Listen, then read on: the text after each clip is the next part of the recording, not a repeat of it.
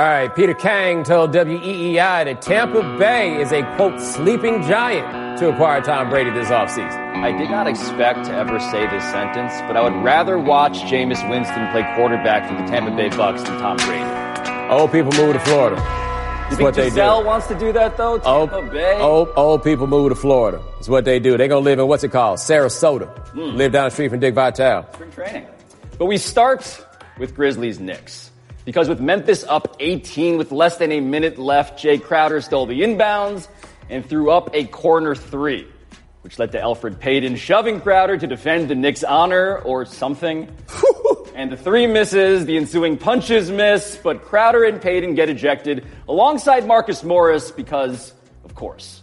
But the worst part somehow was Marcus Morris after the game. I don't think it's a build-up, man. I think dude is just, he played the game a different way. Like, he just, a lot of female tendencies on the court, flopping and throwing his head back the entire game. And like I said, man, it's a man's game, and you just get tired of it, man. His game is soft. He's soft. It's just, it's just how he carried it, man. And, it's just very womanlike.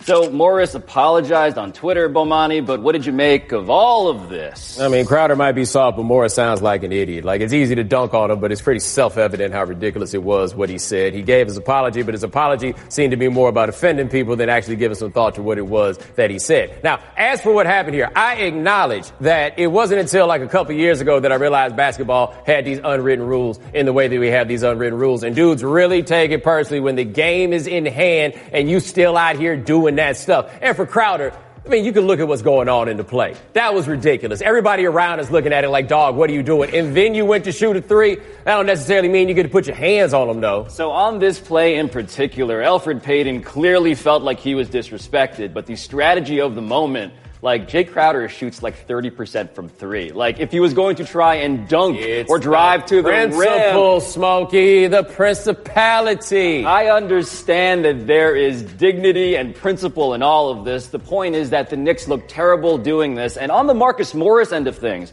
which is where my brain immediately still kind of lives, it's not about intent. All of this stuff, his apology was in fact about how he didn't intend any sort of malice towards women.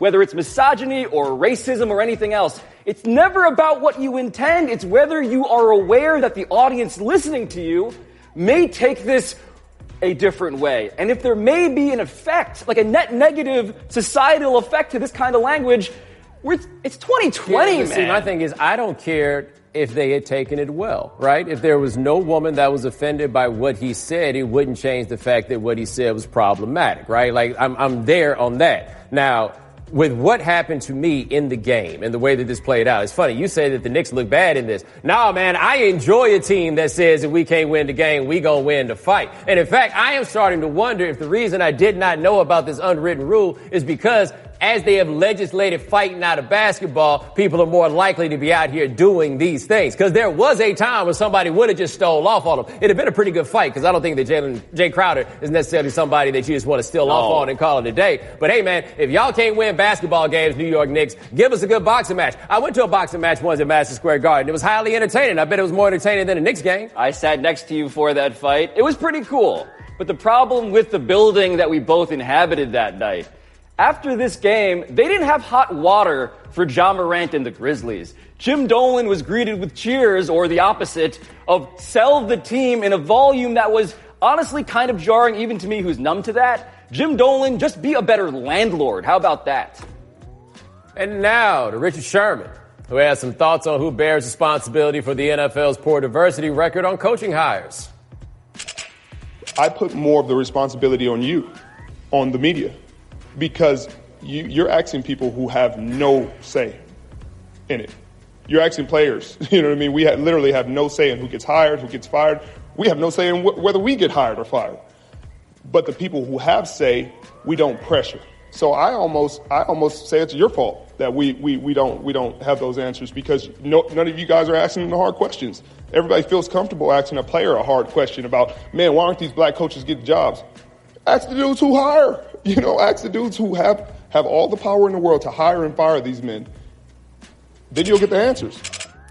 Now, on this matter, Roger Goodell said, quote, "It's clear we need to do something different," unquote. Pablo, what do you think about the media's role in this phenomenon? The media, we, broadly speaking, play a huge role in all of this. But my cynicism is born out of a certain reality about what the media realistically cares about. So, it would be great if appeals to conscience made a difference. It would be great.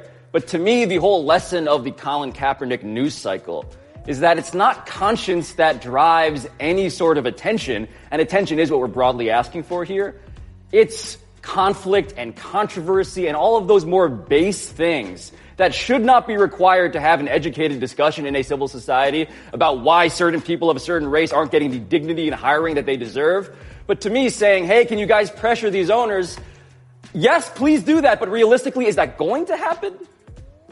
So basically, Richard Sherman just said it's the media's fault. And the media, which, by the way, neither of us can refer to in the third person. We are part of it. Yes. So to then say, well, the media is just not going to do anything. No. That doesn't work. Like, leaning on the cynicism of the idea feels to me to be a little bit of a cop-out on this. He's absolutely right. Now, part of this is the way the football teams are set up. The guys that should be answering the hard questions are the owners, and they make themselves very inaccessible when it's time to talk about this. But this doesn't change the fact that whenever this comes up, NFL media people are all just kind of, man, what can we do? We can't make the owners change anything. How little do we think of ourselves? So, like, to look at this and just say, oh, well, the media is into conflict or whatever it is, there's a conflict here. There's obviously a conflict at play here. We should be putting more pressure on, and neither of us is in a position to look at it and say, but oh, well, that's not what the media is about. We are the media. So what we about? What you about? Well, we're talking about it right now. Like our show, Bomani, we talk about this all of the time. And by the way, of course we should.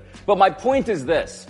Shame as this guardrail in civil society. If there is one thing that I have become less confident in as time has gone over, as the last decade has gone on, it's that shame should work, but it hasn't worked. And once shame is out of the picture, what do we have? But hold on this issue, I think we're not being correct about that. 2003, when Johnny Cochran came to them and said, yo, we're going to send you to court. Part of that, of course, was the fear of litigation. But the other part of that was a measure of shame. And I think that we saw a much greater impetus behind this issue around the time that the Rooney Rule was enacted. You could say that shame doesn't work anymore. How much are people actually trying to shame them now? Like, where's the example of shame coming up short? We're not trying to shame them.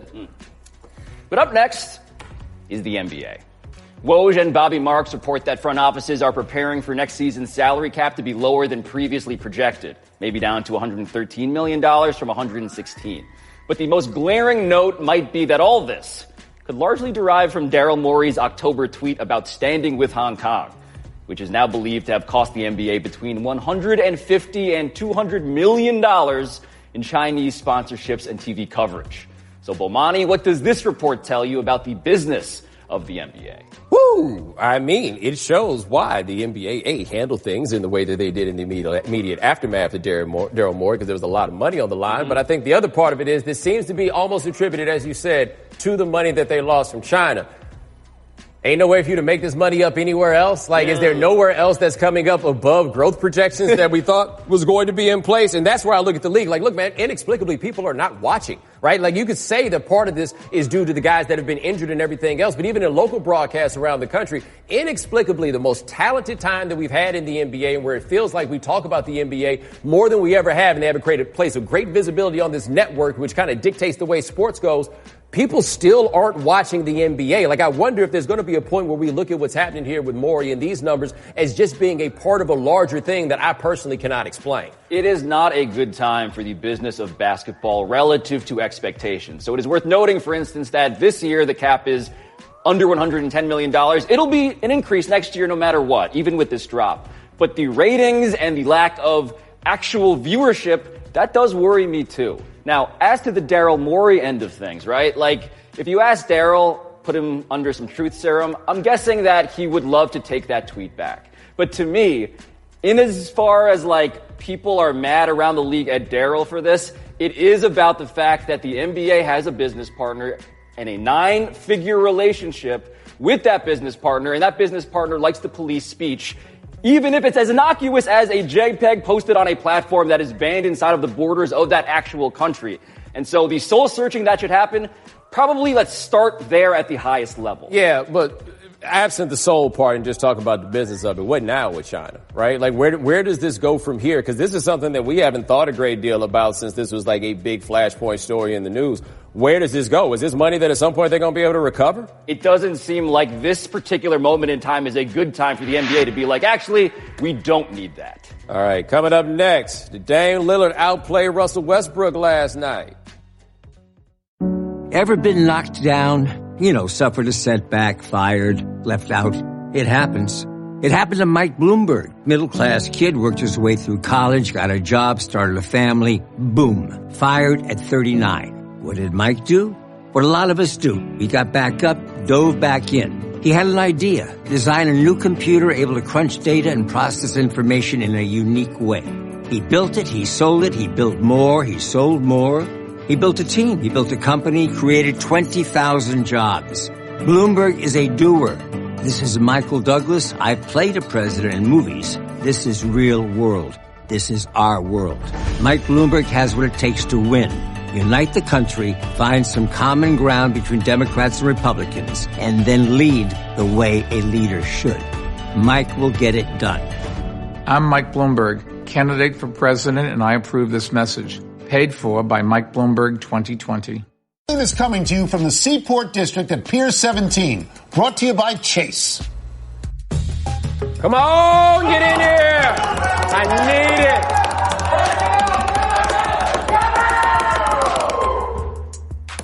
First, I already did that, man. First topic.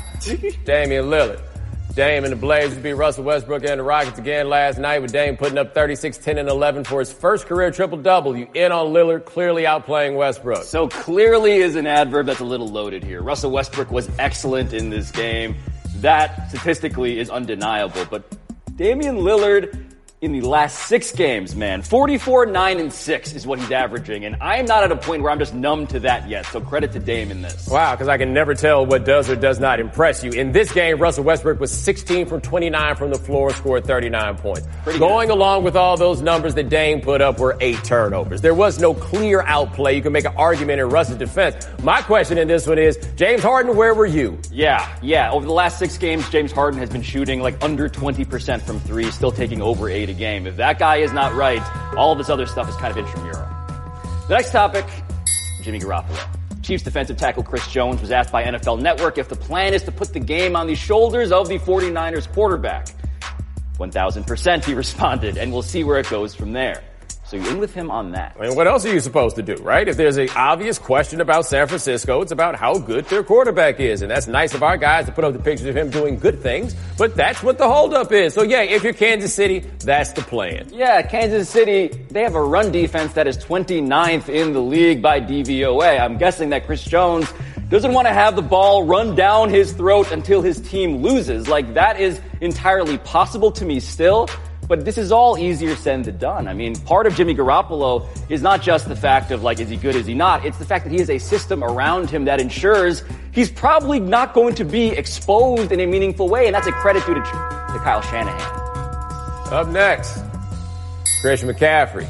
Hall of Famer Marshall Faulk said that McCaffrey is a better version of him. You in on that? I cannot be in on this. I am somebody who grew up with Marshall Faulk as such an unbelievable player, but the club they've joined, Roger Craig, Marshall Faulk, Christian McCaffrey, the only 3 guys with 1,000 rushing yards, 1,000 receiving, I just can't put it on McCaffrey like that. Now, Marshall Faulk, for me, Barry Sanders and Emmitt Smith included, is the best running back I believe I've seen in sum total. So for me to take McCaffrey and say I'm putting you there, no, I'm not willing to go that far. Like, coming up short of Marshall Faulk is not an insult. But I think, because Faulk made the point where he said that I had more help around me than McCaffrey did. I don't know if that's the case when Marshall Faulk was in Indianapolis and he still put up those big, giant numbers. Like, that's a dude that we're going to have to explain to our kids, like, no, they don't talk about him on TV that much, but that was a bad man. Now to Dusty Baker. Baker has been hired as the next manager of the Astros with just a 1-year deal that includes a team option for 2021. So you win on Baker just getting this 1-year deal from the Astros. Yeah, this is as transparently a transactional relationship that I can think of. There's one reason for Dusty Baker to come back and do this. Win a World Series and guarantee that you are in the Hall of Fame. The Astros clearly didn't intend to be in the market for a manager and had to do this quickly. So he's like, I'm going to give this a year, you going to give this a year, and then we see what happens. Yeah, it's pretty obvious what's happening here. They bring in Dusty Baker, not even so much because he's good at managing baseball teams, which he's proven to be over decades and decades. They need a PR fix. They need a cleanup guy, and Dusty Baker